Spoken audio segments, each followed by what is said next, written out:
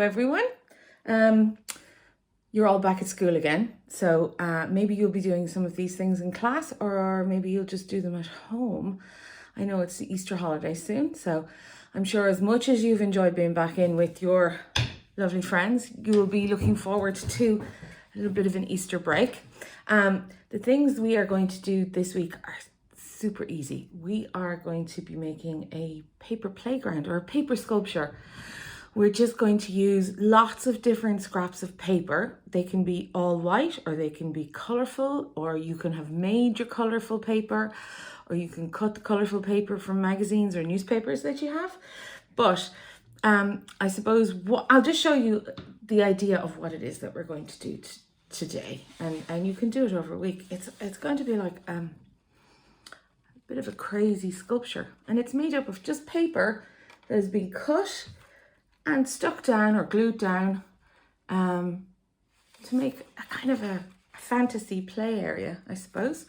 So it's very, very simple to start with. We just need either colored paper or white paper. If we look behind here, I've actually done some of this with white paper as well. So it's sometimes just the shadows that you can see that will create interesting things as well. So it can be all color, it can be all white, it could be a mix of both things. I've even actually made a face. I don't know if you can see that there.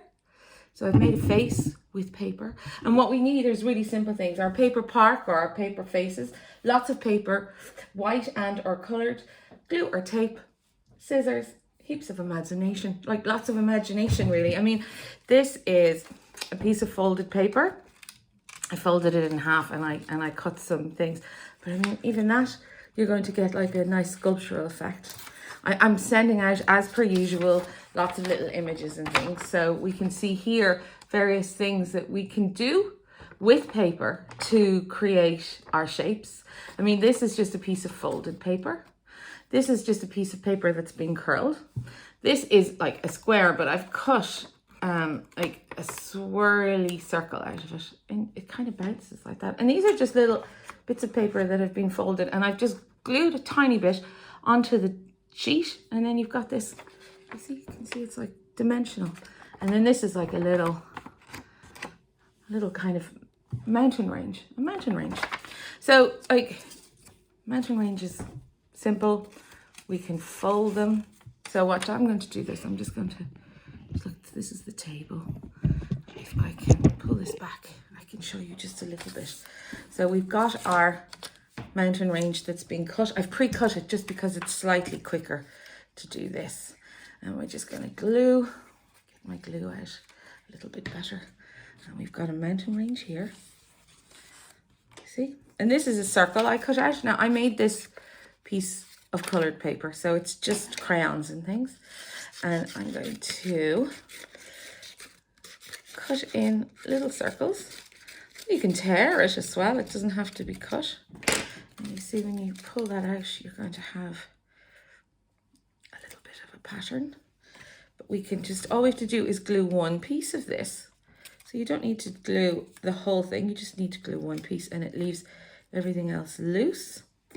Now I'm going to stick, wait, we see this. This is just a long piece of paper. I'm going to stick this bit here, and I put a bit of glue on the end here.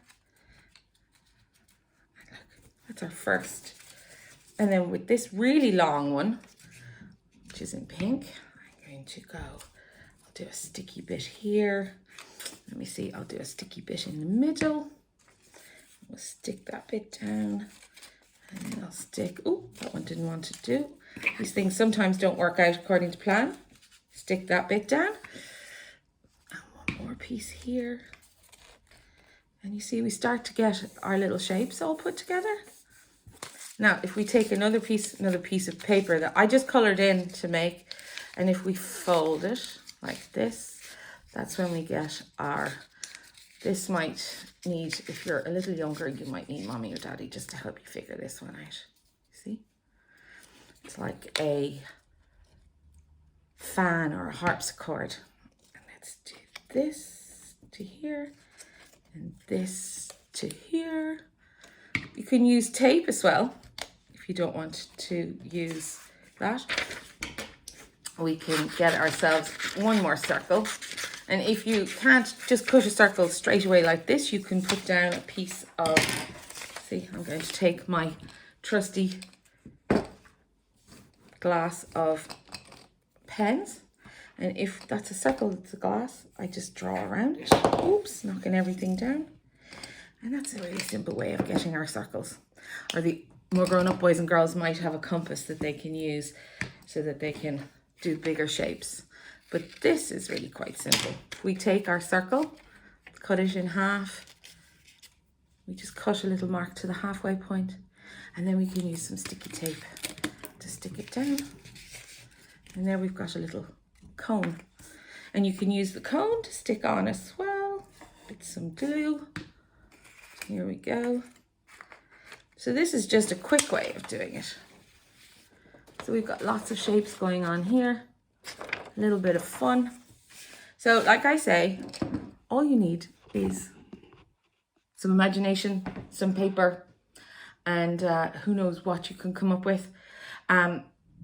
Maybe you'll be getting some Easter eggs. You can cut up the boxes. You get tin foil surrounding your sweeties. And like I say, it's up to you to make it as big or as little as you can. Do it in colour or just in white or in black or in newspaper. So let us see what you get up to. I had a look at some of the animals that were made with the egg boxes. They are phenomenal. So it gives me joy when I get to see the things that you're making. So please do share. All right, take care. Enjoy midterm. Bye-bye.